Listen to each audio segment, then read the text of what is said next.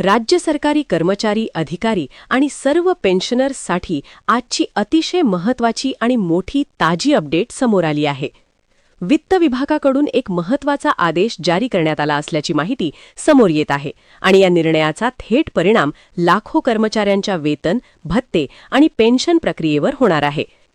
मागील काही महिन्यांपासून कर्मचारी आणि पेन्शनर्स संघटनांकडून विविध आर्थिक मागण्यांबाबत सातत्याने पाठपुरावा सुरू होता. महागाई, प्रलंबित फरक रक्कम, भत्त्यांचे समायोजन, पेन्शन गणना आणि मंजुरी प्रक्रियेत होणारा विलंब या सर्व बाबींवर सरकारचे लक्ष वेधले जात होते. या पार्श्वभूमीवर वित्त विभागाने आढावा घेऊन काही महत्त्वाचे प्रशासकीय आणि आर्थिक निर्णय जाहीर करण्याची प्रक्रिया सुरू केल्याचे समजते. नव्या आदेशानुसार विविध विभागांना आर्थिक प्रकरणे प्रलंबित ठेवू नयेत, मंजुरी प्रक्रिया जलद करावी आणि पात्र प्रकरणे ठराविक कालमर्यादेत निकाली काढावीत असे स्पष्ट निर्देश देण्यात आले आहेत. अनेक वेळा वेतन सुधारणा, भत्ता मंजुरी, निवृत्ती वेतन प्रस्ताव आणि फरक रक्कम यासंबंधी फायली महिनोन्महिने प्रलंबित राहतात. या विलंबामुळे कर्मचारी आणि पेन्शनर्स दोघांनाही आर्थिक अडचणींना सामोरे जावे लागते.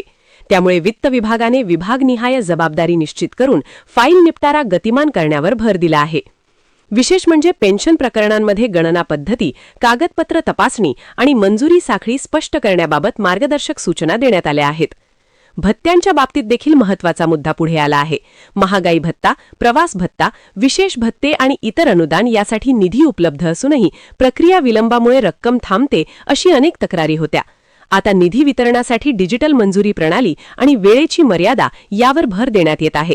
यामुळे पात्र कर्मचाऱ्यांना भत्ते वेळेत मिळण्याची शक्यता वाढणार आहे. अधिकारी स्तरावर खर्च मंजुरी अधिकार आणि आर्थिक मर्यादा याबाबत स्पष्टता देण्यात आली आहे, जेणेकरून छोट्या प्रस्तावांसाठी उच्च स्तरावर फाईल पाठवण्याची गरज कमी होईल आणि निर्णय जलद होतील. पेन्शनरसाठी हा निर्णय विशेष दिलासादायक मानला जात आहे.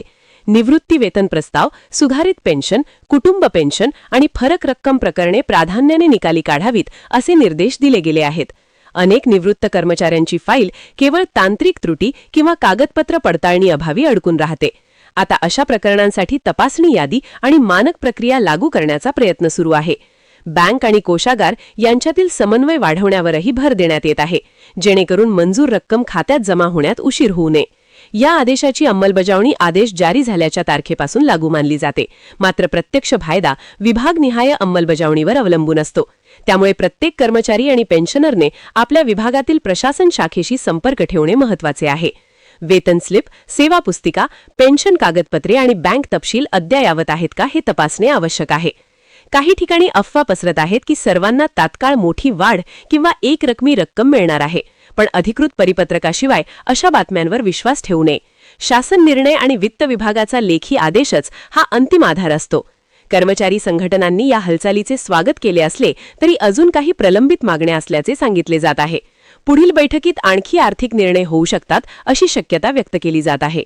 शासन पातळीवर आर्थिक शिस्त, नियंत्रित खर्च आणि पारदर्शक प्रक्रिया यावर भर दिला जात आहे. E office, digital file tracking, online मंजुरी आणि थेट बँक जमा प्रणाली यामुळे भविष्यात वेतन आणि पेन्शन प्रक्रिया अधिक वेगवान आणि पारदर्शक होणार आहे.